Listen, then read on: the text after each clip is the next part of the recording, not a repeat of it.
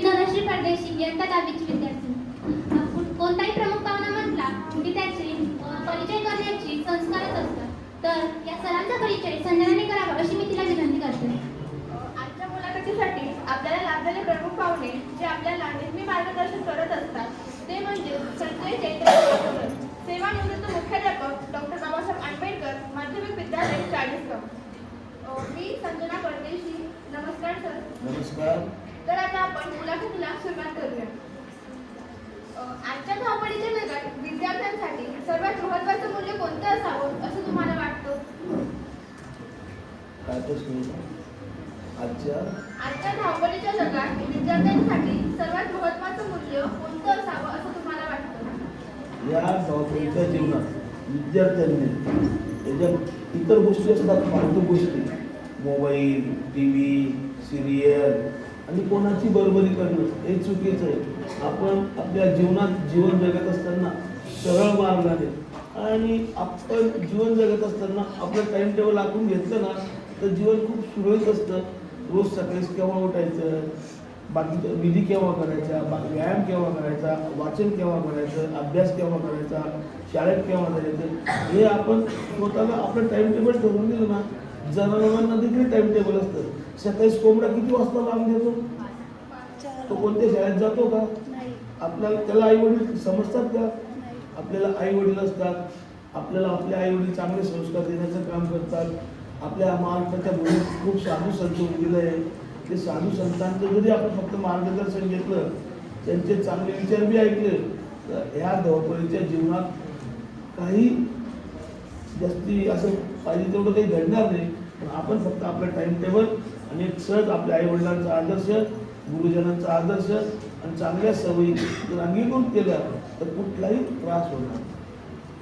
धन्यवाद सर. तुम्ही आम्हा विद्यार्थ्यांसाठी खूप चांगलं असं मार्गदर्शन केलं आणि धावपळीच्या जीवनात कसं जगायचं, कसं नियोजन करायचं हे आम्हाला समजावून सांगितलं.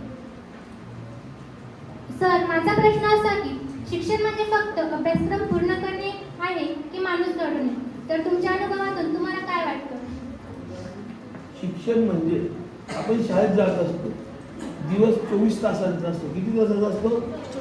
24 तासापैकी आपण शाळेत किती तास जातो? 6 तास. इतर 18 तास कुठे राहतो? घरी राहतो.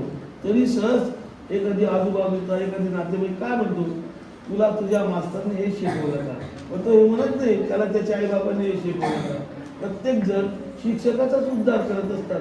हे तुम्हाला योग्य वाटतं का? मग तुम्ही त्यावेळेस त्याला का नाही म्हणत? आपण आपल्या जीवनात शाळा, शिक्षण या गोष्टी करत असताना आपण त्याही गोष्टींचा विचार केला पाहिजे. आपण कसं वागलं पाहिजे, काय वागलं पाहिजे, हेही जीवनात महत्त्वाचं असतं. धन्यवाद सर. पुढचा प्रश्न संजनाने विचारला. सर, तुमच्या असा कोणता क्षण होता जेव्हा तुम्हाला असं वाटलं की मुख्याध्यापक होणं खूप अवघड आहे?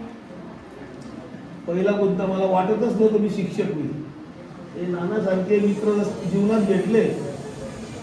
आम्ही एक सहज कॉलेजला असताना, आता तुम्ही तरी एवढे भाग्यवान फुले, आम्हाला 10वी पर्यंत फक्त हातपॅड माहिती होती. त्याबद्दल तर मला हातपॅड हा विषयच नाही. सगळे तुम्ही खूप भाग्यवान आहात. आणि जेव्हा आम्ही सहज ग्रॅज्युएशन केलं, ते जेव्हा आता सरांनी सहज खूप छान प्रकारे मार्गदर्शन केलं, मुलांनी काय करायचं. आम्हाला जर वडिलांनी सांगितलं तुला हे शिकायचं, आम्हाला तेच शिकायचं. एक सहज 10वी झाली, 12वी झालं, BSc झालं. पण BSc झाल्यानंतर पुढं काय करायचं?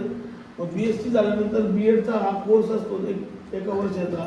तो झाल्यावर शिक्षक बनतो माणूस. आणि मग ते चांगलं आहे. तर शिक्षक बना, BEd केलं. BEd झाल्यानंतर नोकरी. अरे बापरे, नोकरी मिळायची कसं काय? नोकरीला तर पैसे भरावे लागतात. पण एक सहज अशीच नानांसारखी शाळा भेटली. त्या शाळेत आम्हाला 10 ते 12 वर्ष फुकट काम करावं लागलं. पण ते फुकट काम करत असताना तुमच्यासारखे विद्यार्थी समोर दिसलं ना, खूप समाधान वाटत होतं. एकदम मन तृप्त होऊन जात होतं. बाकीच्या गरजा खूप कमी होत्या. काही मोबाईल नाही, गाड्या नाही, घोड्या नाही, फक्त पायी फिरणं.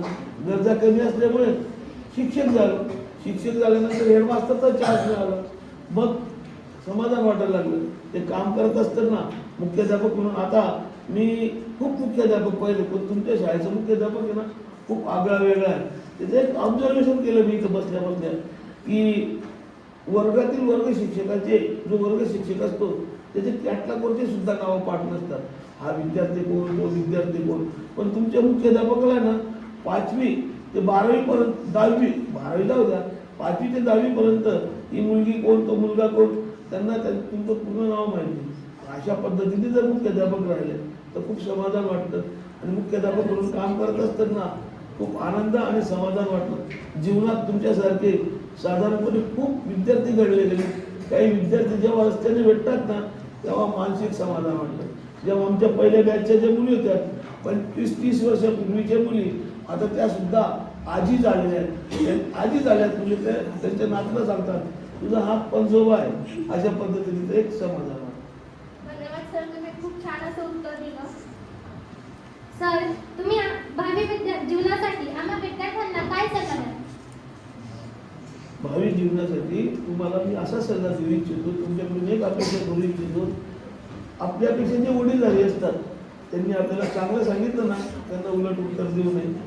आपलं जे राहणीमान असतं ना तुमच्या शाळेतल्या विद्यार्थ्यांकडे सहज लक्ष गेलं ना खूप समाधान वाटतं. तुम्हाला एक शिस्त आहे. बऱ्याच शाळेतल्या मुली, कॉलेजच्या मुली मस्तपैकी केस कापणे, पोट लाल करणे, तोंडाला जास्त काहीतरी भासणे, या गोष्टींकडे जर दुर्लक्ष केलं ना तर जे रिकामे प्रकार जे घडतात आजकाल आहे ना 6वी 7वीच्या मुलींना सगळं कळायला लागलं या जगात काय चालू आहे. आणि मग असं घाण्याच्या राहणीमानप्रमाणे काय होतात वेगवेगळे प्रकार घडायला लागले. त्याचा प्रॉब्लेम कोणाला होतो? समाजात, आपल्या आई वडिलांवर. त्याच्यामुळे आपण नेहमी शिस्तीत राहणं, एकदम जबाबदारीने राहणं, आपलं मानसिक संतुलन बिघडू न देणं, हे विद्यार्थ्यांकडून हे मोबाईलचा कमी वापर करणं. मोबाईल जेवढा चांगला ना तेवढा घातक आहे. आजकालची मुलं बघितले ना मोबाईलचा चांगला वापर नाही करत. सरांना कोणतरी एक विद्यार्थ्यांनी प्रश्न विचारला होता AI च्या संदर्भात. ते AI बी आम्हाला समजत नाही. ते काय प्रकार आत्ता काल परवाकडे कळायला लागलं हे प्रकार कसं. पण तुमच्या हातात जर मोबाईल दिला ना तुम्ही कुठल्या कुठं घुसून जाता. इतकं अवघड होऊन गेलं. तर तुमच्याकडून आजच्या दिवशी एकच अपेक्षा करतो, मोबाईलचा वापर करा पण पाहिजे कामापुरताच करा ही एक अपेक्षा करतो. धन्यवाद सर, तुमची अपेक्षा आम्ही नक्कीच पूर्ण करू आणि मोबाईलचा मर्यादित वापर करू आणि चांगली